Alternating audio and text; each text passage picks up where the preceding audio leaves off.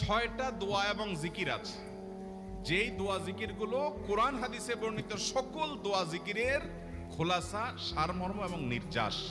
এই ছয়টাকে যদি কোনো মুসলমান নিয়মিত আঁকড়ে ধরে, তাহলে কোরআন এবং হাদিসের যত দোয়া এবং জিকির আছে কেমন যেন তার নির্যাসটা নিয়মিত সে আমল করলো।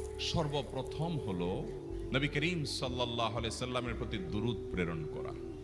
নাম্বার 2, ইস্তেগফার। ইস্তেগফার ইস্তেগফার এটাও বেশি বেশি করতে হবে। নাম্বার 3, এটা আমাদের বেশিরভাগ মানুষ জীবনে হয়তো শুনেনও নাই, অনেকে হয়তো শুনছেন, আমল করা হয় না। খুব সীমিত সংখ্যক আল্লাহর বান্দার আমলের তৌফিক হয়। সেটা হলো ইয়া যাল জালালি ওয়াল ইকরাম। এটা একটা জিকির, আল্লাহ তাআলাকে ডাকা, আহ্বান করা, এটাই জিকির। ইয়া যাল জালালি ওয়াল ইকরাম।